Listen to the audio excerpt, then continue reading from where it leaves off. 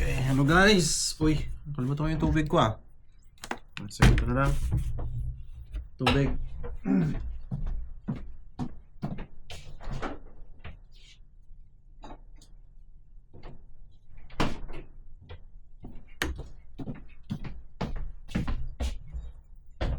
Topo chico. Yung tubig dito.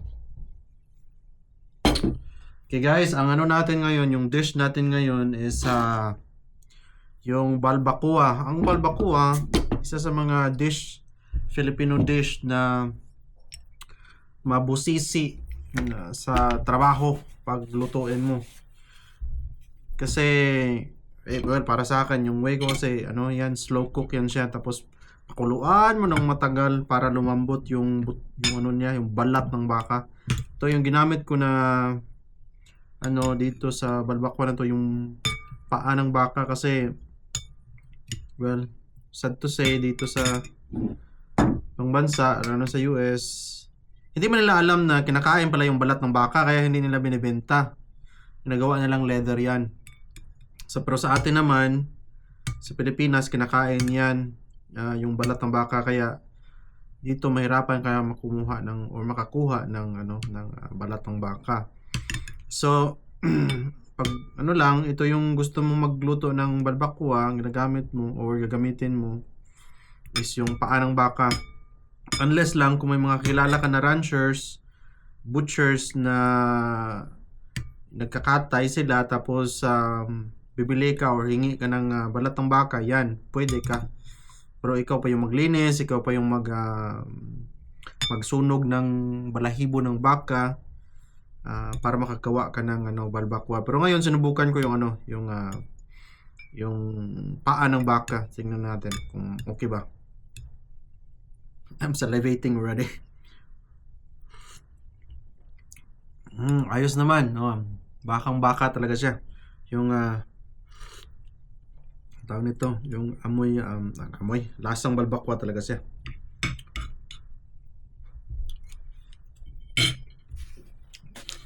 Ang mahirap lang nito sa pagkain na ito, marami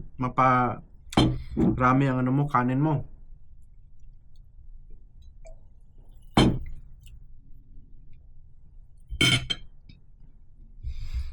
Lagyan natin ng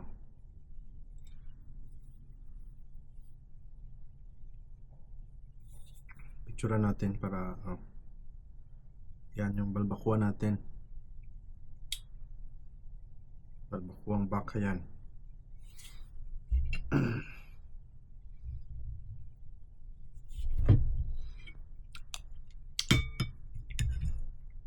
Tapos ang isa pa mahirap hanapin dito is yung aswete, pampakulay.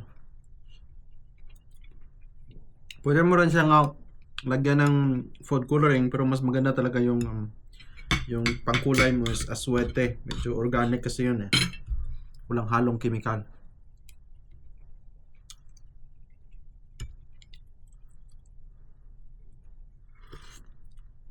Tapos hindi siya mag-aanong yung malapot kasi hindi ko dinamihan yung cornstarch. Tama lang. Kasi pag masyado namang marami yung cornstarch, didikit naman yung labi mo sa pag kumakain ka. Kasi sobrang slurry sa masyado at saka yung consistency ng sabaw niya masyadong malapot. Pero masarap ha. First time kong gumawa ng balbacoa dito.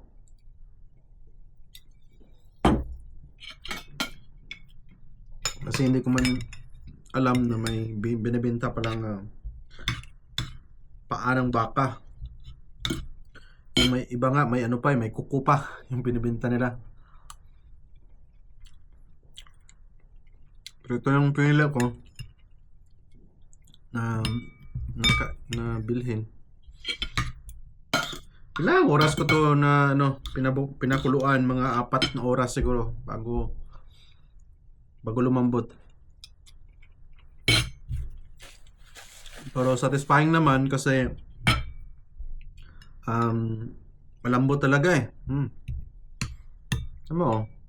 Napuputol mo ng kutsara Medyo nasunog na yung iba kasi nakalimutan ko na haluin ba. Yung iba, dumikit yung ano, dumikit yung karne sa puwet ng kaldero, kaya medyo nangitim, pero okay lang naman. Nahabol pa. So yun lang ang ano, kasi matagal siyang lutuin, matagal siyang pakuluan, ay minsan dumidikit sa kaldero. Pero kung may mga may pressure cooker kayo, mas maganda kasi hindi na kayo mag-antay pa, mag-slow cook pa ng mga 4 na oras o 5 oras. Ano mo lang, idaan mo na lang sa pressure cooker.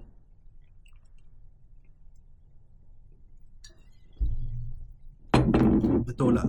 Meron siguro, pero mahirap kunin to sa Pilipinas to. Topo Chico. Product mo to ng salita kayo. Monterrey, Mexico.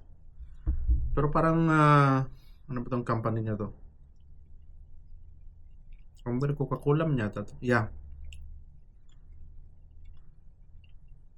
Binili siya ng Coca-Cola in 2019. Pero product to siya ng Mexico.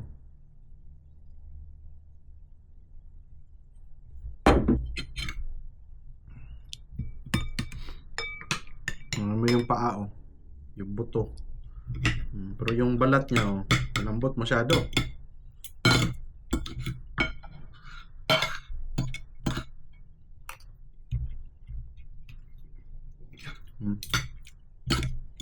Pang ano to, maganda to sa yung pagtawag nito, yung lasing. Yung may hangover maganda to siya. Tapos medyo kung mga may hangover or lasing yung kakain nito, gawing mong maalat ng konti para yung mga sodium na nawala ng mga lasinggero mare-replenish kasi pag hindi na-replenish yun, nako, masakit ang ulo, may malakas ang tama sa hangover. Kaya ito maganda to ipakain sa mga ano, yung mga after uminom, after nalasing, hindi lang na uminom, lang nalasing talaga na may hangover, ano to, mainam to sa kanila.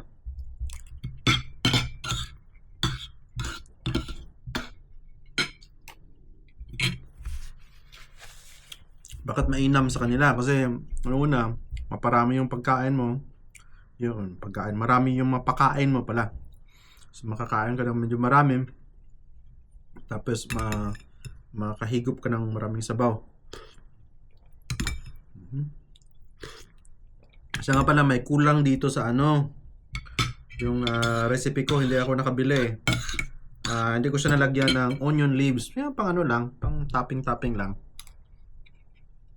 Pang padagdag beauty lang sa barbacoa. Tapos kung gusto mo, lagyan mo siya ng ano, yung tawag sa atin, yung siling mahaba, no? Para dagdag taste din at saka padagdag beauty. Ano lang. But the rest, this is good. Almost good. Well, good talaga. Yan nga lang, wala akong samang kumakain mag-isa lang. Yung buhay dito sa Amerika, luto mo, kain mo. Yan ang buhay dito. Utos mo, gawa mo. Yan. Unless lang kung may kasama ka sa buhay, yan. Pero wala yan ang buhay. Kaya nga lang, minsan pag may kasama ka naman sa buhay na wala naman sa ayos, kakatayin ka lang. Ikaw yung gagawing balbakua. Ito ang binigative. Masarap po. Ang ginamit ko na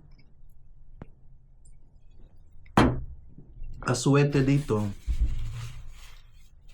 yung nabili ko sa dalawang klaseng aswete ginamit ko dito. Yung unang aswete, yung powder na may halo na siya na chili powder, na yung ano na, may chili powder na siya, may garlic, at saka may onion powder na. And I bet may konting asin na rin. Ito talaga, mag-burp ka talaga to sa Topo Chico, carbonated water kasi ito eh. So tapos, pero unsatisfied ako sa kulay ng nung powdered na annatto seed o aswete sa atin. So nilagyan ko pa siya ng another aswete na yung seed talaga. Kasi pag yung puro seasoned annatto seed na yung ilagay mo, ma-overpower ka dun sa lakas ng garlic at saka yung pepper at saka yung onion, no? Na nakahalo na sa annatto seed or sa aswete sa atin, no? Ma-overpower ka ba? So mas maganda na kulayan mo siya ng ng aswete na yung seed, para medyo hindi ma-overpower, magkakulay lang siya. So mag-add muna ako ng rice para tapos tapong ko to yung buto.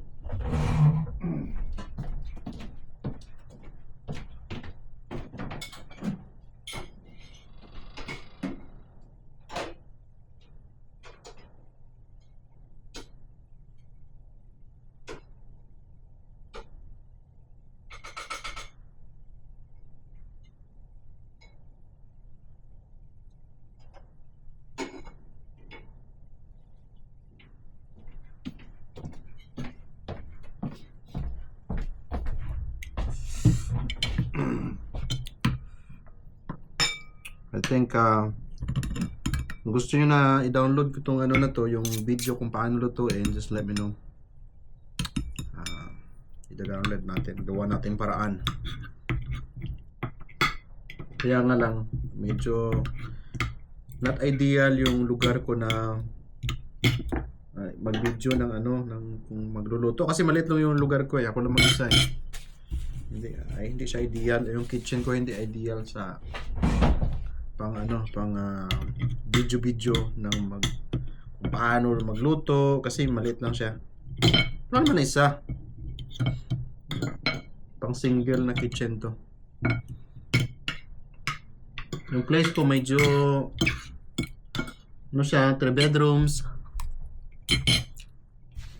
Pero to dating barracks ng sundalo. Na ginawa kung ako naman yung tumitira ngayon. Dating barracks to siya. So alam mo naman, pag barracks ng sundalo, hindi naman kailangan na medyo gawin mong 5-star hotel. Hindi naman. Sundalo, importante may matulugan ka, pahingahan ka, may lugar ka na makainan, at saka may malutuan ka ng konti. You know, problema. Yung mga basic needs lang ba na pwede mong gawin, no? Maliguan, matulugan, makainan, pahingahan, no? Inuman din,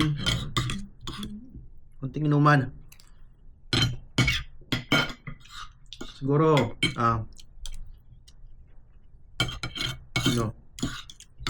Pag tapos na akong kumain, I think I'm gonna drink 1 bottle of beer.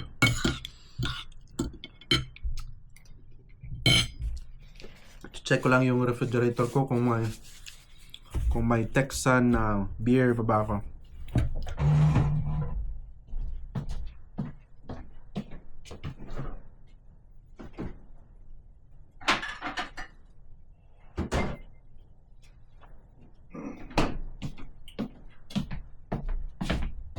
Parang maswerte pa tayo ngayon, May nakuha pa akong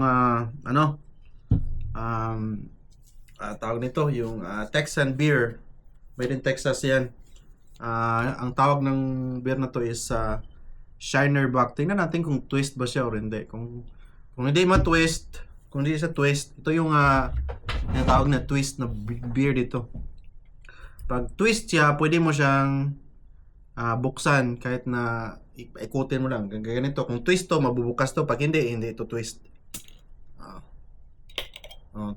Yan, no? Ganyan lang yan, no? Twist. Kasi para sa may ano ba? May groove siya na pwede mong paikutin. So, yan ka high-tech ang Amerika. Hindi mo na siya kailangan ng hindi mo na siya kailangan ng abridor. Abrelata na ganito, hindi. Don't need na pag-twist. Nagbe-bird talaga ako dito sa sa Topo Chico na to. Daming carbon.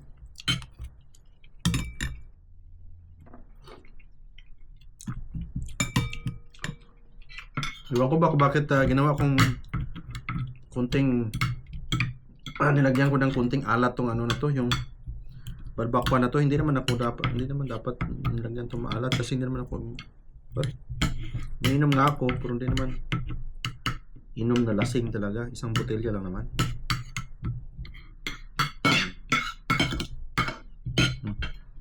Parang tuloy. Sorry.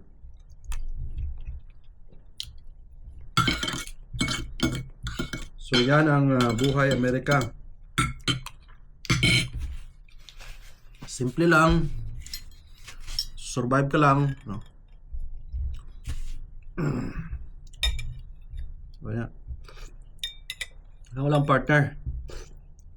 Baka yung tanong niyo ba? Kasi mahirap din pag may partner tapos hindi kayo magandadihan. Away lang kayo ng away.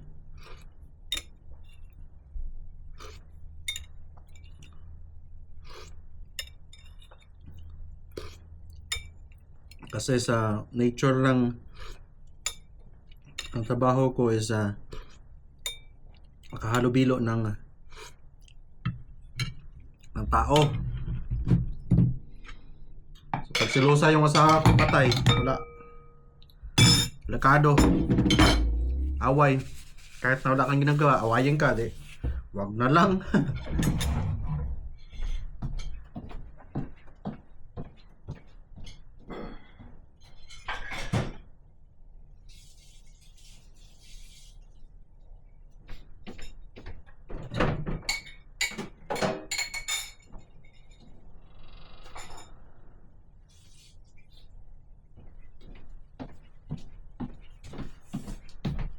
So, tinapon ko na yung yung buto-buto at saka nilagay ko na sa sink yung plato ko.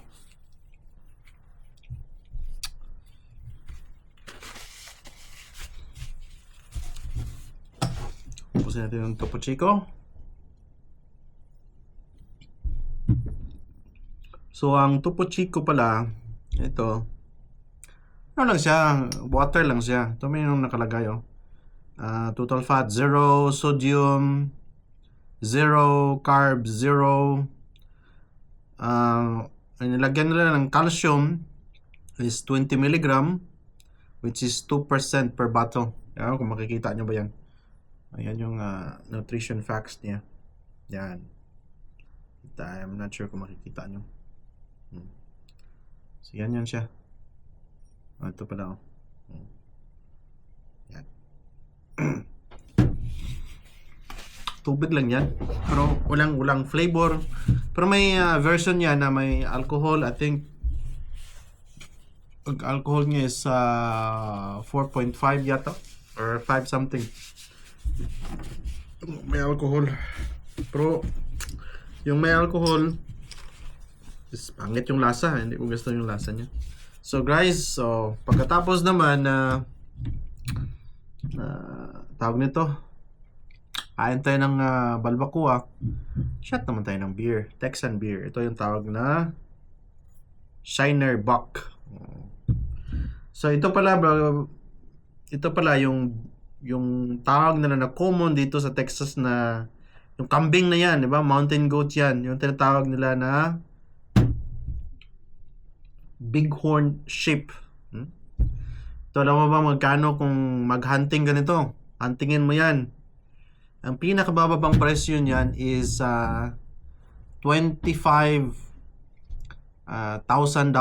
no? Kung i-convert mo yan sa atin, siguro mga 1.3 million pesos, no? Yan ang halaga ng ano na yan, yung buck na yan. Yung pag-huntingin mo yan, makakuha ka ng trophy, that's $25,000, no? Yan ang ano niya, minimum price niya. Pero pag ibibid nila yan, halimbawa may mga fundraising sila na ibibid nila or iparaffle nila yan, yung itong yung bighorn sheep na yan, aabot yan siya na lately sa pagkaalam ko, aabot siya ng mga $170,000, no? Yan ang presyo niya, no? Mga pangmamayaman lang talaga na ano yan, pang hunting na hayop. So kalain mo $170,000, no? Ilang milyon na yan sa atin, no? Almost 10 million, no? More or less 10 million. Sabi ilan natin, gamitan natin ng calculator, no? So $170,000 times, ilagay lang natin ngayon, ang dollar is 57, no? 57. No? So yan ang presyo niya is almost 10 million, no? Yan yung presyo niya. Yan. 9.6 million, no? So yeah, that's only ano lang, 57 pesos lang per $1. Halimbawa, lagay natin 170 times 58, no? So 9.8 million, almost 10 million na pesos pag-hunt lang ng hayop na to, itong bighorn sheep.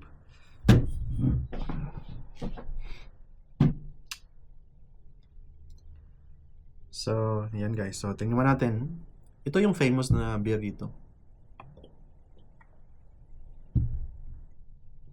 Shiner Bock. So ano, thank you guys.